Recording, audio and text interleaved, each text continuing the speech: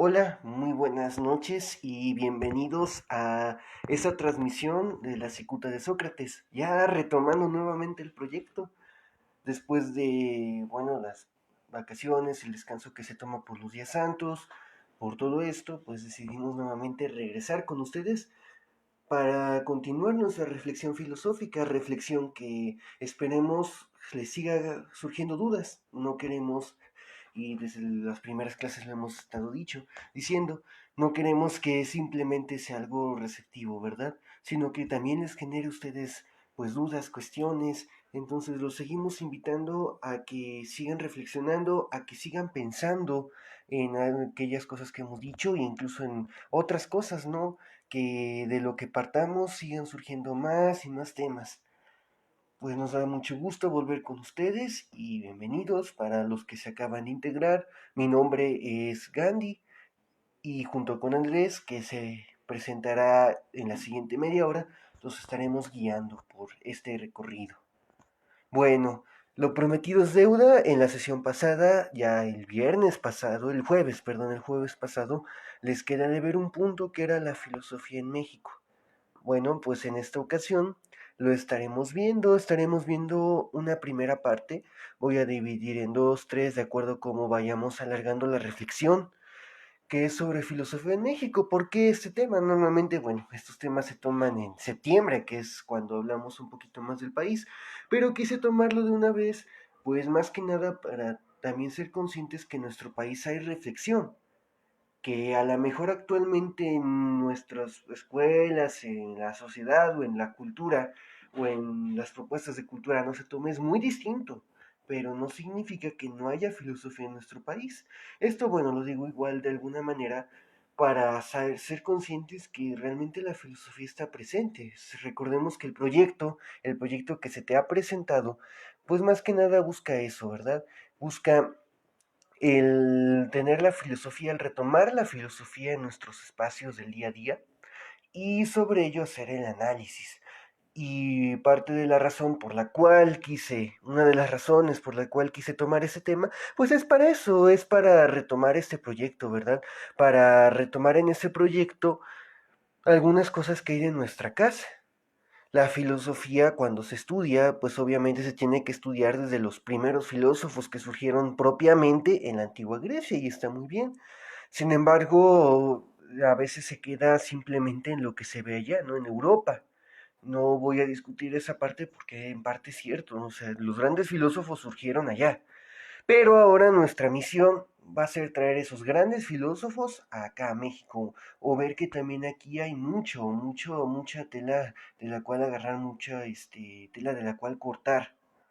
Entonces va a ser pues nuestra intención, ¿no? Incluso en Latinoamérica también podemos ver mucho y en otros países, en Sudamérica, en el resto de Norteamérica, en Centroamérica, pues hay también mucho del pensamiento, pero ahora nos vamos a centrar aquí, a México, ¿no? Entonces voy a tomar algunas sesiones para hablar un poquito de esto, reflexionar sobre lo que pensaban y después, pues ya a lo mejor ir centrándonos poco a poco más a lo. Y va a ser un poco más histórico, ¿no? Desde la época precolombina, antes de los españoles, qué es lo que pensaban algunos, pues a lo mejor no como tal autores, pero sí lo que pensaban algunas culturas, algunas etnias de la época.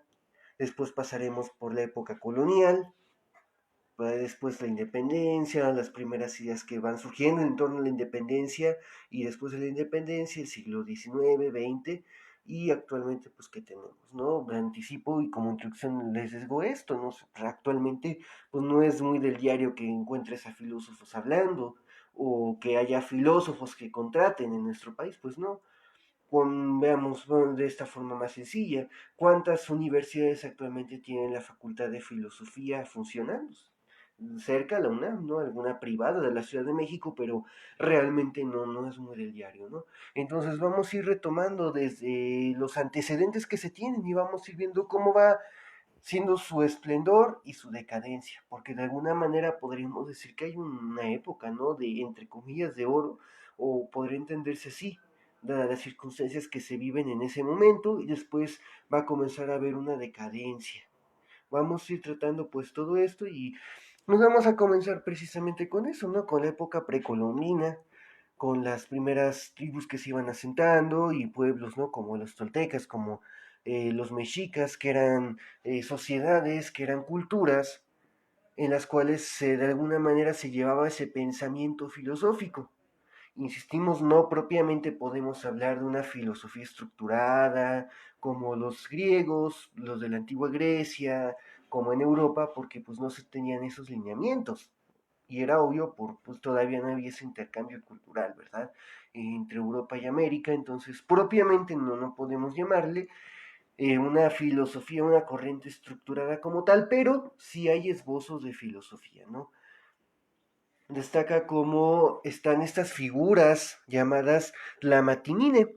¿Quiénes son los Tlamatimines? Bueno, estas personas son los sabios, ¿no? Que hay en los pueblos. Es una palabra en náhuatl que quiere designar eso.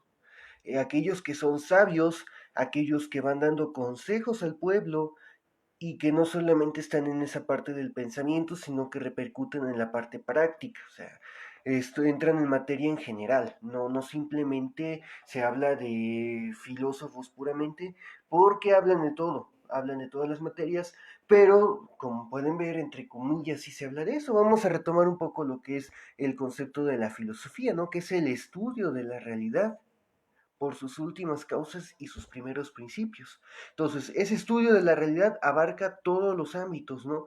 Que sea en los cuales intervenga el hombre, bueno, el hombre, en lo que esté presente el hombre, tanto su entorno como su origen.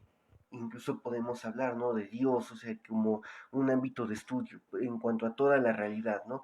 Entonces, en ese sentido sí podemos considerarlos. Insisto, no que sean filósofos como tal, pero sí que traten del estudio de toda la realidad, la mejor en algunos ámbitos, ¿no? Que va viviendo la sociedad de ese entonces. Y ese tipo de sociedad en concreto, se insiste, hablamos de los pueblos precolombinos, propiamente la cultura mexica, la cultura toteca, que va a ir dejando estos legados, ¿no? Y ellos dicen todo esto van teniendo un sentido de la vida pues ya más apegado a la realidad. O sea, obviamente va a permear mucho lo religioso y es con lo que normalmente nos quedamos, ¿no?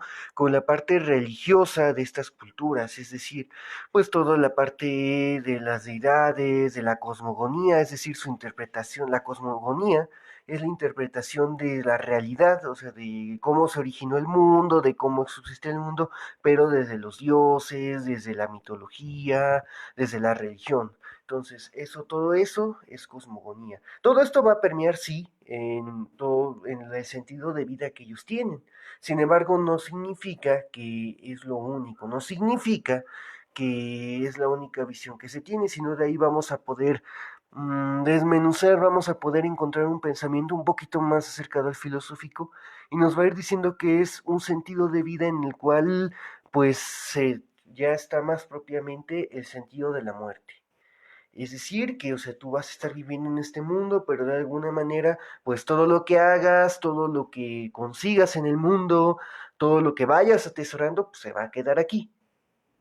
Ellos ya comienzan a vislumbrar eso, ¿no? O sea, no es un sentido en el cual pues a lo mejor sea muy materialista o que busque a lo mejor, no sé, muchas cosas, ¿no? Para una vida futura, ¿no? Ellos simplemente dicen que la vida es un soplo, que la vida es más bien los instantes que se vayan viviendo en este mundo y que pues no va a tener más allá, ¿verdad? Sí hay, digamos, vida sobrenatural con ellos, quiere decir con vida sobrenatural, un estadio de vida, un después, ¿no? De la muerte, sí lo manejan, pero ahorita vamos a ver cómo lo manejan.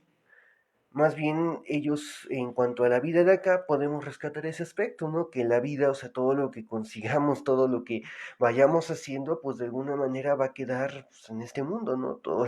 Los tesoros que vayamos acumulando, pues van a quedar ahí, es algo que van rescatando. Antes quisiera aclarar, ¿no? Que todo esto lo estoy parafraseando de lo que pues, un servidor va aprendiendo en clase, de los apuntes que se van rescatando y también de lo que uno va comprendiendo, porque como se va a venido insistiendo es la reflexión, ¿no? Entonces todo esto lo estoy tratando de explicar en muy pocas palabras. Obviamente si nos metemos al estudio más profundo, pues va a ser más alargado, ¿no? Y a lo mejor va a ser con palabras más técnicas y demás. Entonces trato de hacerlo pues lo poquito más comprensible para que sobre eso podamos ir reflexionando, ¿no? Estoy rescatando algunos de estos pensamientos para que sobre eso podamos ir reflexionando, ¿no? Entonces tenemos la vida, ¿no? Que ellos tienen, esta vida que, bueno, como hemos sabido por pues todo lo del Día de Muertos y eso, si hay un más allá, pero este más allá no es como a lo mejor nuestra cultura occidental nos dice, ¿no?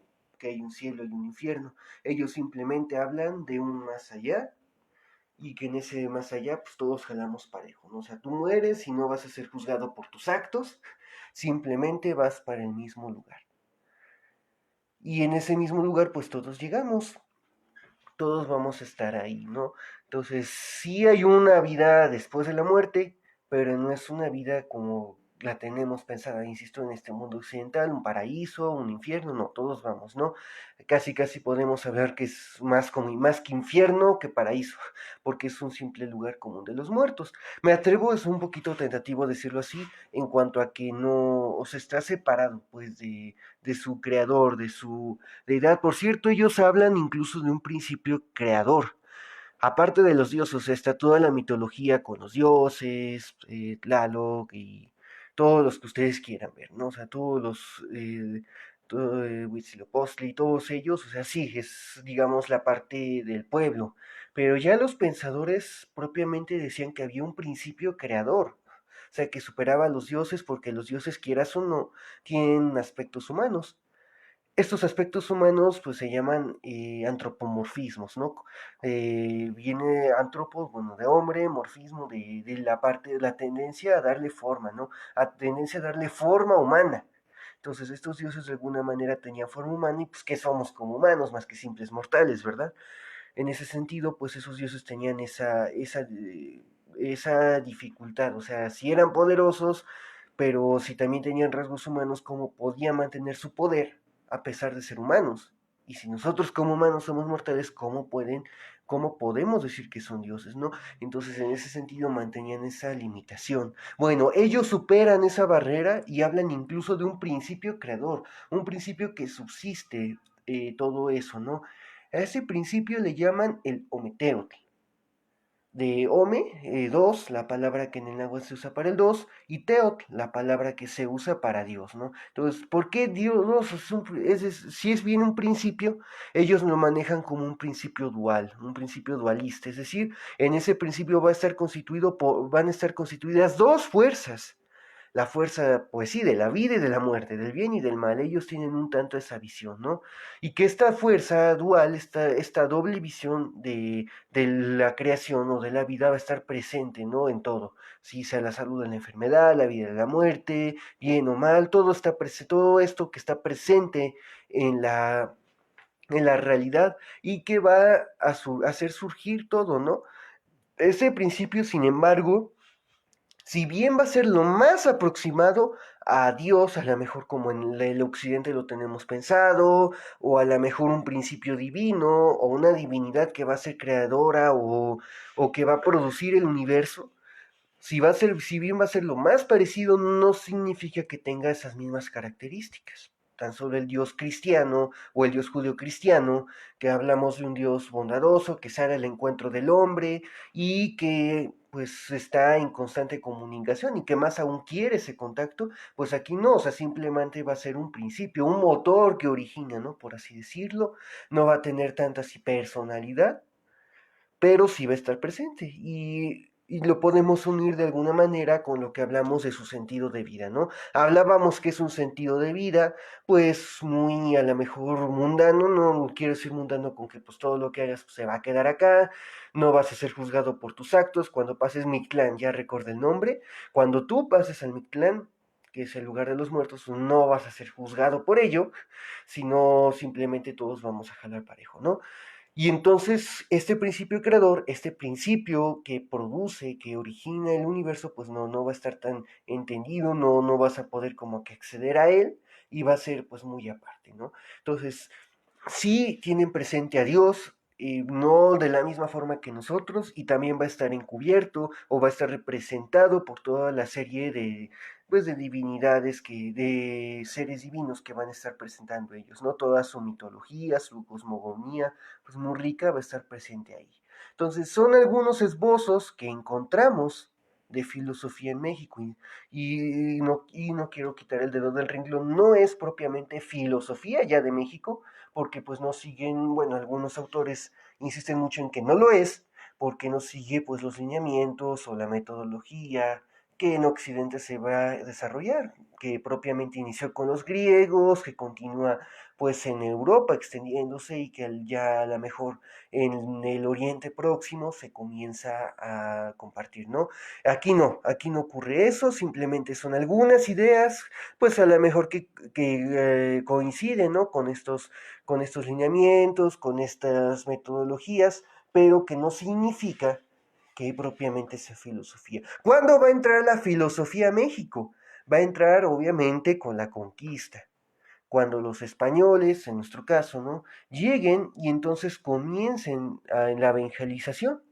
Propiamente es ahí cuando va a entrar la filosofía y es muy curioso, porque ese tema, bueno, históricamente ha sido muy debatido y pues muchos autores, ¿no? Sobre todo actuales, después vamos a tocar esa parte, pues dice, ¿no? Que se ha despojado, se ha oprimido al mexicano nativo, porque se les impuso una religión con sangre y eso, bueno, son muchas cosas que podemos rescatar de ahí, que podemos debatir, y sí es muy curioso, ¿no? O sea, todo lo que se ha dado al respecto de ellos, sí deja pues mucho que pensar, deja mucho que a lo mejor que reclamar, o mucho que agradecer, porque eso tampoco se nos plantea, ¿verdad? Nuestros profesores de historia sí nos hablan de la carnicería, ¿no? De la conquista que sí tiene mucho que ver por parte del ejército, por parte de los españoles, ¿no? Que es a lo mejor ahí lo que sí, la parte política sí, pero en la parte religiosa muchas veces no nos ponemos a profundizar cómo los evangelizadores fueron los primeros defensores de lo que actualmente llamamos derechos humanos, ¿no? Porque ellos comenzaron un debate. Fíjense cómo en ese entonces pues se habla, ¿no? De un debate sobre los indígenas, porque los españoles decían, sobre todo pues los encargados de consumar, ¿no? La conquista, obviamente los militares, los que van llegando por parte de la corona, van diciendo que los indígenas propiamente no son humanos, son como inferiores a los humanos, ¿no? Y por lo tanto no se debería de considerar pues con una dignidad a la cual hay que respetar, a tierras a las cuales hay que respetar, ¿no? O sea, eso no se debería hacer, y en cambio hay que hacer dominio de sus bienes, que propiamente no son bienes, porque pues al no ser humano no pueden poseer bienes, y cosas así, ¿no? Entonces, los evangelizadores, todos los frailes, pues fueron los primeros en hacer ese debate, ¿no? Y ellos dicen, no, o sea, ellos también, ellos desde la perspectiva en que son hijos de Dios, comienzan a decir, no, sí son humanos, sí merecen respeto y toda la dignidad, e incluso merecen recibir el Evangelio, ¿no? Porque incluso ellos decían que era en vano, o sea, predicarles el Evangelio. Entonces, recuerdo mucho un libro de historia, ¿no? Que es de los pocos que lo hacía hincapié en eso. O sea, mientras los españoles se encargaban a la mejor o despojaban de sus bienes a los indígenas, los maltrataban y los hacían sufrir. Quienes llegaban a consolar y quienes llegaban a darles protección eran los evangelizadores. Eso lo recuerdo en un libro de historia de la secundaria de hace como unos 9, 10 años, no recuerdo bien, unos 8, yo creo, 8, 9 años. Es de los pocos que lo hablan y ahorita lo rescatamos, ¿no? Porque es cierto, o sea, los evangelizadores fueron los primeros. No voy a poner nombre, voy a poner nombres ahorita. Fray Cristóbal de las Casas fue uno de los primeros, ¿no? Y mientras en España, más bien en Francia, se comienza a ver ese debate, por un lado se tiene a personajes como Francisco de Vitoria, teólogos, que comienzan a decir, no puede ser posible que no sean humanos. Tenemos a evangelizadores como Fray Cristóbal de las Casas, que desde acá, en su experiencia, dice, no, ellos son humanos y ellos son son, son personas que merecen todo el respeto, que tienen la misma dignidad y el mismo valor, ¿no? Entonces aquí ya podemos hablar de derechos humanos. Bueno, entonces, en medio de todo esto, la Santa Sede fue la primera en reconocer, ¿no? La primera en reconocer que ellos son humanos, que merecen respeto y que incluso hasta son sus tierras, ¿no? Y como todo hijo de Dios, merece todo el respeto. O sea, curioso porque de esto no siempre se habla, ¿no? Se habla, pues, insisto, de la carnicería, se habla de todo eso, pero no se habla del respeto a los derechos humanos por parte de la iglesia. Entonces, eso que quede claro, sí es algo que se viene manejando y que muchas veces no se conoce, ¿verdad? Entonces así tenemos que ya en este caso se comienza la reflexión filosófica. A lo mejor hemos dicho, ¿no? Se sustenta más en Europa, pero ya en la práctica se viene manejando desde México. O sea, México comienza a aportar, y obviamente no solo México, sino pues los territorios que van conquistándose, o sea, comienzan a manejar lo que es ya reflexión filosófica para el continente europeo.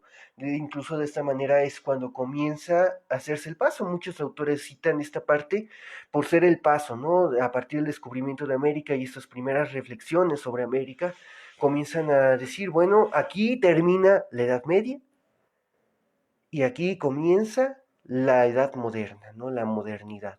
Es una de las referencias con las cuales dicen que comienza la modernidad, algunos autores lo citan, ¿no?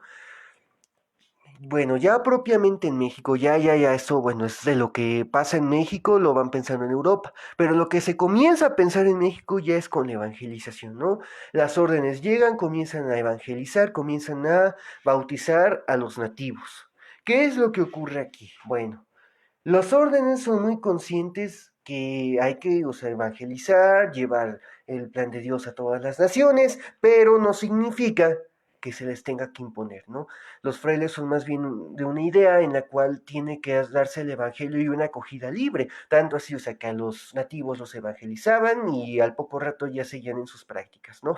En sus prácticas de siempre. Por ejemplo, no sé, aquí cerca está Tepeapulco, el ex convento de Tepeapulco, dedicado a San Francisco de Asís. Y da curiosidad que cuando vas pasando por el claustro, las paredes, pues tienen, o sea, están las pinturas, está la pintura, ¿no? Están los muros pintados, pero tienen grabados que hacían los indígenas, grabados sobre sus deidades, sobre su vida cotidiana, sobre su forma de pensar, dando a entender, o sea, que a pesar de ser evangelizados, a pesar de acudir a los oficios, a las ceremonias religiosas, ellos seguían pensando igual, o sea, no había mucho cambio. Entonces, en ese sentido es lo que se debe entender, ¿no? De los frailes, era una evangelización, sí, pero que no era obligatoria, no era así impuesta, sino más bien se dejaba libre pensamiento, ¿no?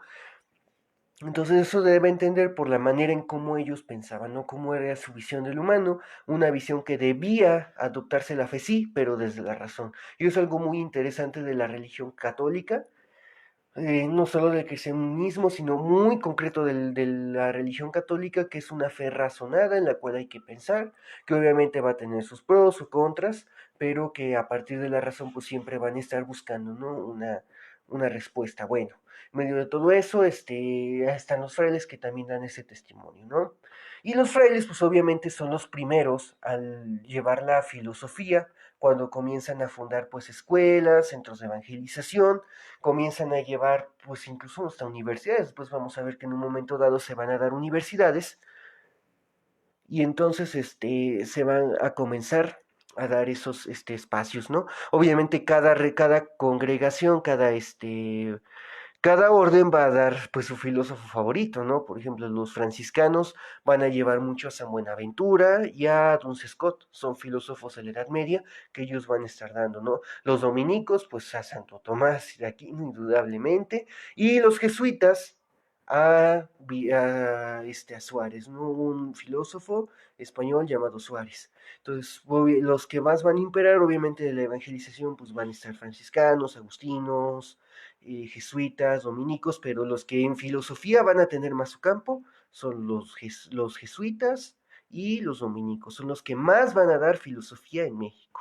Esta filosofía, insisto, apegada pues a sus autores, ¿no? Santo Tomás de Aquino, por un lado, también Santo Domingo de Guzmán y todos los dominicos, y por el otro, bueno, los jesuitas, ¿no? Como Suárez, ¿no? Es uno de los que van a empezar van a empezar ahí con la filosofía propiamente en ese inicio, pues van a ser más compendios, ¿no? O sea, si me piden obras, voy a hablar más bien de compendios, los primeros compendios de filosofía que se van dando, o explicaciones, ¿no? Manuales para impartir la filosofía, para impartir la teología, impartir pues otras materias, ¿no? Como retórica, derecho, todos ellos, ¿no? Entonces lo propio. Y ya después vamos a ver que conforme va creciendo la Nueva España, conforme van creciendo pues, las colonias, los virreinatos de España, se van creando universidades, ¿no?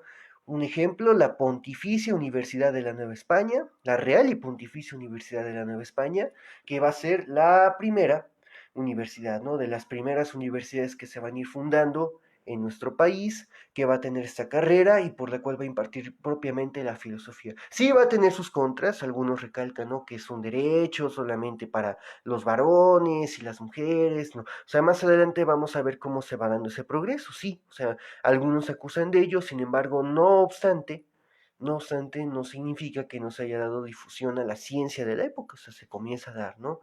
Sí va a haber obviamente sus cuestiones, pero pues no le vamos a reclamar a una época cosas que ahorita pues estamos viviendo en nuestros valores, o sea, no podemos imponer nuestros valores a esa época.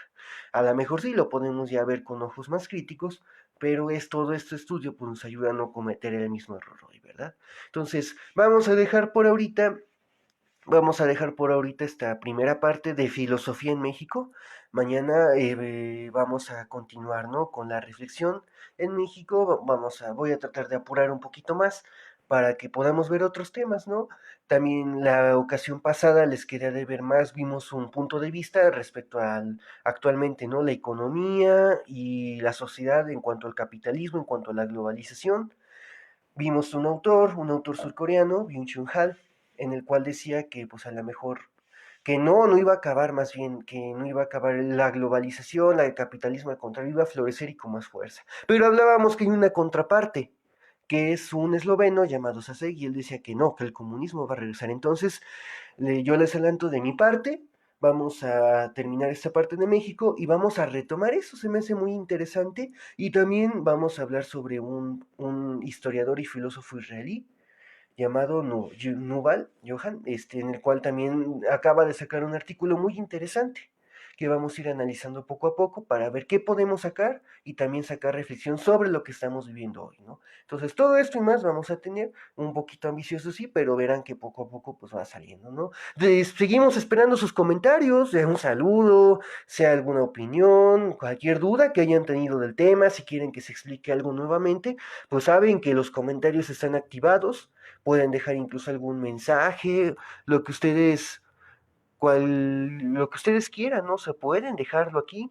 Nosotros vamos a estar respondiendo, porque como insistimos, no queremos que sea simplemente lo que ustedes reciban, ¿no? Sino que ustedes también vayan opinando. Entonces, cualquier cosa, por favor, vayan comentándolo. No se olviden de compartir estas transmisiones para que más gente lo vaya viendo. Y ya también comenzamos a dar algunas frases, ¿no? Algunas cápsulas de conocimiento que pueden ver en nuestra página. Ahí pues reaccionen, ¿no? A ellas y vayan compartiéndolas para que este proyecto siga creciendo, ¿no? Y pues no se olviden de darle me gusta a este video, a la página, de compartir. De mi parte es todo y no se vayan porque en un momento inicia la transmisión de Andrés. Él también tiene muchas cosas interesantes que comentarnos. Muchas gracias y nos estaremos viendo la próxima.